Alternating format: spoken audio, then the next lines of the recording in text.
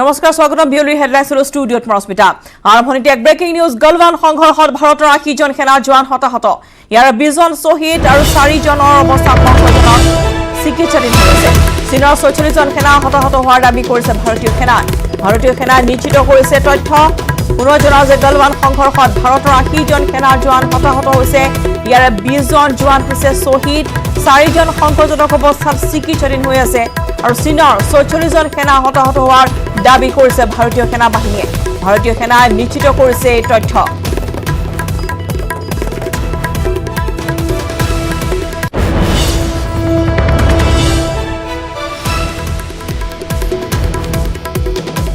আফালে breaking news স্থলসেনা নৌসেনা আৰু বায়ুসেনা সষ্টম থকাৰ নিৰ্দেশ দিয়া হৈছে কেন্দ্ৰীয় চৰকাৰৰ এক শীৰ্ষ সূত্ৰই নিউজ 18ক জনাইছে এই তথ্য জৰুৰী বৈঠকত মিলিত হৈছিল প্ৰতিৰক্ষা মন্ত্ৰী ৰাজনাথ সিং CDS বিপিন ৰাৱত আৰু তিনি সেনা প্ৰধান সম্ভাৱ্য সকলো পৰিস্থিতিৰ বাবে সাজু হ'বলৈ তিনিটা বাহিনীকে নিৰ্দেশনা জাৰি কৰা হৈছে স্থলসেনা নৌসেনা আৰু বায়ুসেনা তিনিটা নৌসেনা বাহিনী লগতে বায়ুসেনা বাহিনী আৰু স্থলসেনা বাহিনী তিনিটা সেনা বাহিনীকে সষ্টম হৈ থকাৰ নিৰ্দেশনা জাৰি কৰা হৈছে কেন্দ্ৰীয় চৰকাৰৰ এক শীৰ্ষ সূত্ৰই এই কথা জনাইছে নিউজ 18ক জৰুৰী বৈঠকত ইতিমধ্যে মিলিত হৈছে প্ৰতিৰক্ষা মন্ত্ৰী ৰাজনাথ সিং CDS বিপিন ৰাৱত আৰু তিনি সেনা প্ৰধান সম্ভাৱ্য সকলো পৰিস্থিতিৰ বাবে সাজু হ'বলৈ তিনিটা বাহিনীকে নিৰ্দেশ জাৰি কৰা হৈছে পুনৰবাৰ জনাইছো যে বৰ্তমান ভাৰত চীন সীমান্ত যেনেধৰণৰ পৰিস্থিতি উদ্ভৱ হৈছে যেনেধৰণৰ উত্তেজনাই বিৰাজ কৰিছে তাক লৈ ইতিমধ্যে তিনিটা সেনা বাহিনীৰ প্ৰধানৰ সৈতে বৈঠকত মিলিত হৈছিল প্ৰতিৰক্ষা মন্ত্ৰী ৰাজনাথ সিং আৰু ইতিমধ্যে আমি জনাইছো যে তিনিটা সেনা বাহিনীৰ স্থলসেনা নৌসেনা আৰু বায়ুসেনাক সষ্টম হৈ থকাৰ নিৰ্দেশ দিয়া হৈছে কেন্দ্ৰীয় চৰকাৰৰ শীৰ্ষ সূত্ৰই এই কথা জনাইছে নিউজ 18ক জৰুৰী বৈঠকত ইতিমধ্যে মিলিত হৈছে প্ৰতিৰক্ষা মন্ত্ৰী ৰাজনাথ সিং আৰু বিপিন ৰাৱত আৰু লগতে তিনি সেনা প্ৰধান সম্ভাৱ্য সকলো পৰিস্থিতিৰ বাবে সাজু হ'বলৈ তিনিটা বাহিনীকে নিৰ্দেশ দিয়া হৈছে ভাৰত চীন সীমান্তৰ উত্তেজনাক লৈ প্ৰধানমন্ত্ৰী মোদীৰ প্ৰথম প্ৰতিক্ৰিয়া 19 জুনৰ 5 বজাত আহ্বান জনোৱা হৈছে সৰ্বদলীয় বৈঠকত সকলো ৰাজনৈতিক দলৰ নেতা থাকিব বৈঠকত ভিডিঅ' কনফাৰেন্স যোগে হ'ব এই সৰ্বদলীয় বৈঠক পুনৰবাৰ জনাইছো ভাৰত চীন সীমান্তৰ উত্তেজনাক লৈ প্ৰধানমন্ত্ৰী মোদীৰ প্ৰথম প্ৰতিক্ৰিয়া 19 জুনৰ 5 বজাত আহ্বান জনোৱা হৈছে সৰ্বদলীয় বৈঠকৰ সকলো ৰাজনৈতিক দলৰ নেতা উপস্থিত থাকিব এখন বৈঠকত ভিডিঅ' কনফাৰেন্স যোগে হ'ব এই সৰ্বদলীয় বৈঠক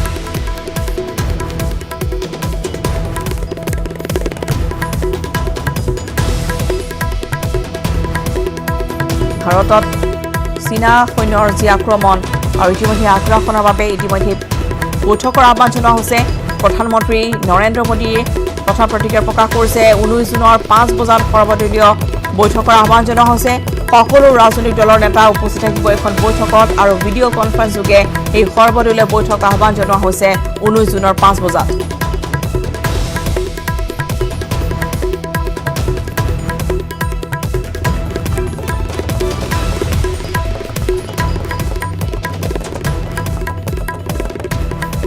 আৰু ফ্ৰেণ্ড নতুন দিল্লীৰ চীনৰ বিৰুদ্ধে প্ৰতিবাদ চীনৰ দূতাবাসৰ সন্মুখত স্বদেশী জাগৰণ মঞ্চৰ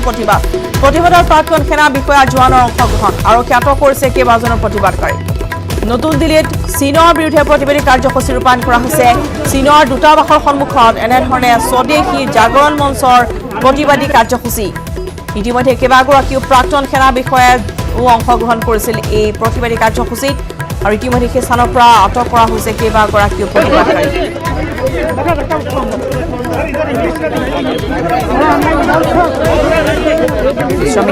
এনেদৰে প্ৰতিবাদী কাৰ্যসূচী ৰূপায়ণ কৰা হৈছে চীনৰ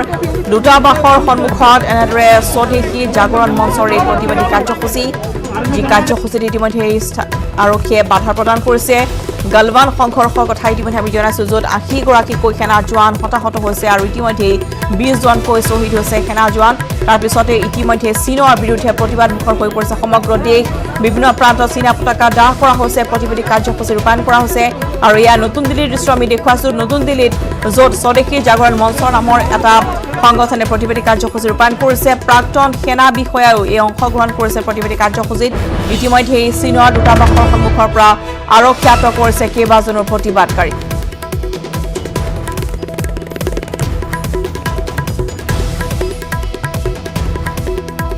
ভাৰত চীন সীমান্তত শ্বহীদ হোৱা সেনা জোৱানসকললৈ প্ৰতিৰক্ষা মন্ত্ৰী ৰাজনাথ সিঙৰ শ্ৰদ্ধাঞ্জলি বীৰ শ্বহীদসকলৰ বলিদান ভাৰতে কোনো কালে নাপাহৰে বুলি মন্তব্য ৰাজনাথ সিঙৰ শ্বহীদৰ পৰিয়াললৈ ৰাজনাথ সিঙে জ্ঞাপন কৰিছে সমবেদনা গলৱান উপত্যকাত শ্বহীদ হোৱা প্ৰতিজন জোৱানে আগন্তুক দিনত দেশ প্ৰেমৰ নিদৰ্শন হৈ ৰব বুলিও মন্তব্য কৰিলে ৰাজনাথ সিঙে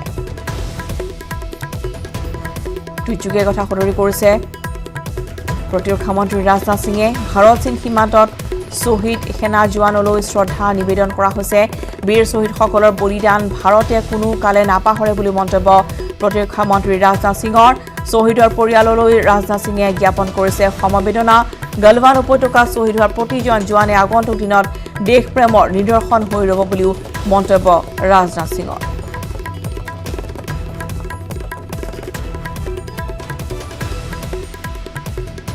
আৰু ইফালে দিল্লীৰ দৰে উত্তৰ প্ৰদেশৰ কানপুৰতো চীনৰ বিৰুদ্ধে প্ৰতিবাদ স্থানীয় লোক আৰু ব্যৱসায়ীসকলে চীনৰ প্ৰধানমন্ত্ৰীৰ পুতলিকা দাহ কৰি প্ৰতিবাদ সাব্যস্ত কৰে চীনৰ বিৰুদ্ধে শ্লোগান দিয়াৰ লগতে চীনা সামগ্ৰী বৰ্জন কৰি প্ৰতিবাদ সাব্যস্ত কৰিছে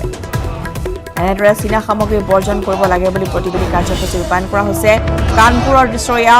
চীনৰ বিৰুদ্ধে প্ৰতিবাদী কাৰ্যসূচী গলৱান সংঘৰ্ষৰ পিছতে বৰ্তমান দেশৰ প্ৰান্তে প্ৰান্তে এনেদৰে প্ৰতিবাদী কাৰ্যসূচী ৰূপায়ণ কৰা হৈছে কোনোৱে যদি চীনা সামগ্ৰী জ্বলাইছে কোনোৱে চীনা পতাকা জ্বলাইছে আন কোনোৱে দেখিবলৈ পোৱা গৈছে যে প্ৰতিবাদী কাৰ্যসূচী চীনা দূতাবাসৰ সন্মুখত প্ৰতিবাদী কাৰ্যসূচী দিল্লীত ৰূপায়ণ কৰা হৈছে এনেদৰে স্থানীয় লোক আৰু ব্যৱসায়ীসকলে চীনৰ প্ৰধানমন্ত্ৰীৰ পুতলিকা দাহ কৰি প্ৰতিবাদ সাব্যস্ত কৰিছে চীনৰ বিৰুদ্ধে শ্লোগান দিয়াৰ লগতে চীনা সামগ্ৰী বৰ্জন কৰি প্ৰতিবাদ সাব্যস্ত কৰিছে উত্তৰ প্ৰদেশৰ কানপুৰত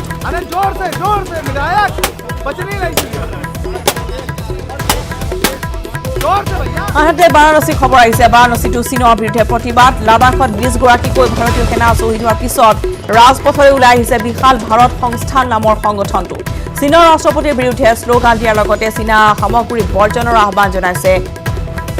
এই সকলোকে বাৰাণসীৰ দৃশ্য দেখুৱাইছো য'ত চীনৰ বিৰুদ্ধে প্ৰতিবাদী কাৰ্যসূচী ৰূপায়ণ কৰা হৈছে এনেদৰে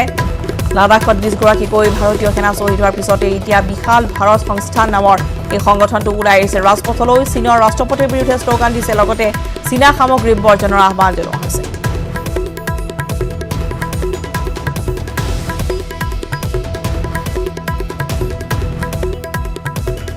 চীনৰ বিৰুদ্ধে পাটনাতো প্ৰতিবাদ চীনা সৈন্যৰ হাতত ভাৰতীয় সেনা জোৱান শ্বহীদ হোৱাৰ পিছতেই চীনৰ বিৰুদ্ধে সৰব হৈ পৰিছে ভাৰতীয়সকল ৰাজপথলৈ ওলাই আহি চীনৰ ৰাষ্ট্ৰপতিৰ পুতলিকা দাহ কৰাৰ লগতে চীন বিৰোধী শ্লোগান দিয়া হৈছে